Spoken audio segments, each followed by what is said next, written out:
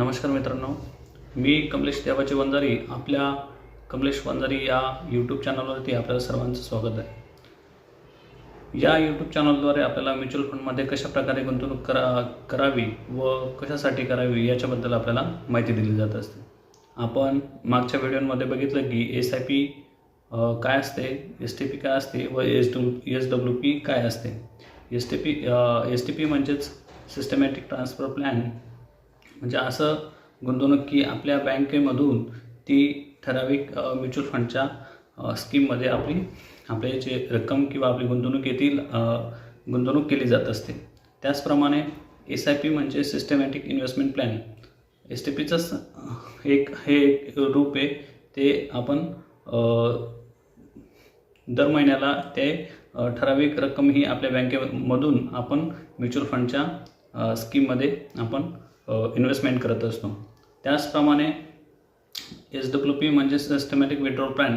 एखाद्या स्कीममध्ये एखादी मोठी रक्कम इन्व्हेस्टमेंट करून ते आपण दर महिन्याला ठराविक रक्कम आपल्या अकाउंटवरती विड्रॉल घेत असतो, याला म्हणतात सिस्टमॅटिक विड्रॉल प्लॅन। त्याचप्रमाणे आज आपण बघणार आहोत की NFO म्हणजे काय असतं। ज्या प्रकारे शेअर मार्केटमध्ये IPO येत असतो, त्या IPOमध्ये कंपनी आपले शेअर्स हे लोकांसाठी देत असते। मग एका शेअरची प्राईस ही ठराविक रक्कम असते। त्याचप्रमाणे म्युच्युअल फंड इंडस्ट्रीमध्ये AMC ही वेगवेगळ्या कंपनींमध्ये गुंतवणूक करत असते व त्या गुंतवणूक करण्यासाठी AMC ही NFO आणत असताना हा NFO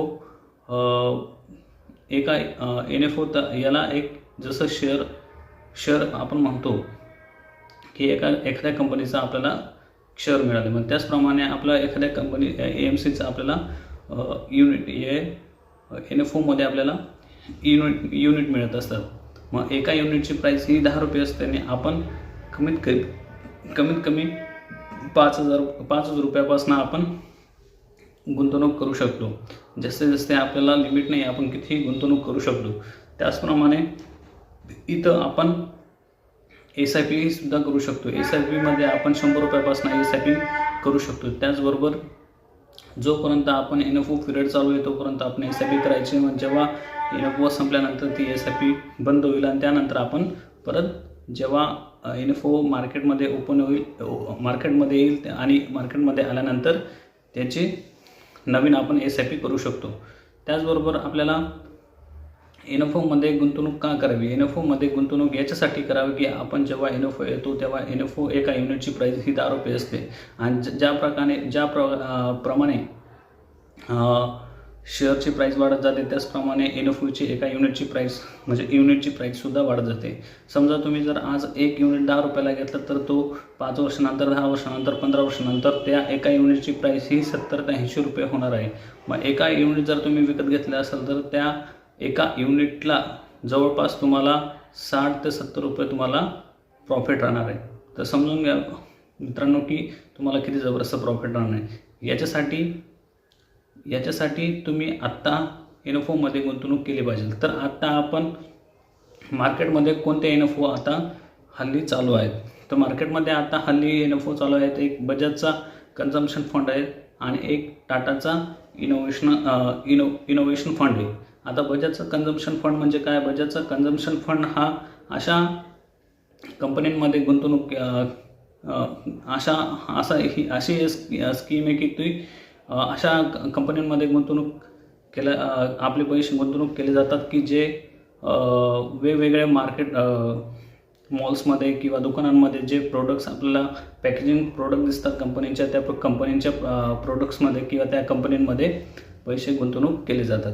तर आपण बघू शकतो की आपल्या घरात अशी कुठलीही वस्तू नाही की ती कंपनीची नाही। प्रत्येक वस्तू खाण्यापासून की आपण जे वापरतो, कपडे, सर्व हे काय कन्झम्पशन आहेत। मग आपण या कंपन्यांमध्ये डायरेक्ट गुंतवणूक करू शकतो की जे आपल्या घरात आपण प्रोडक्ट वापरतो त्या कंपन्यांमध्ये आपल्याला गुंतवणूक करण्याची संधी मिळते।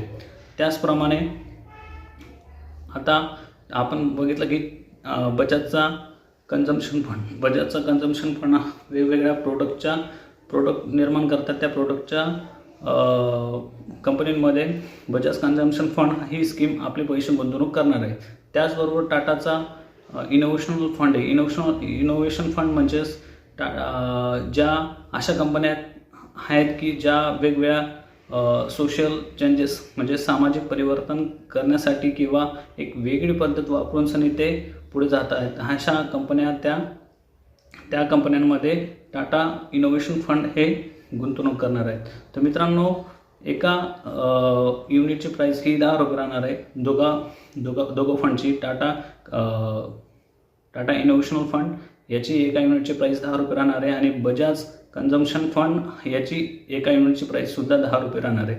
तर मित्रांनो, मला असं वाटतं की तुमच्याकडे जर भरपूर चांगल्या प्रकारे जर रक्कम असेल तर ती रक्कम तुम्ही या फंडमध्ये किंवा या स्कीममध्ये तुम्ही गुंतवणूक करू शकतात व लॉंग टर्मसाठी तुम्हाला चांगलाच बेनिफिट होईल.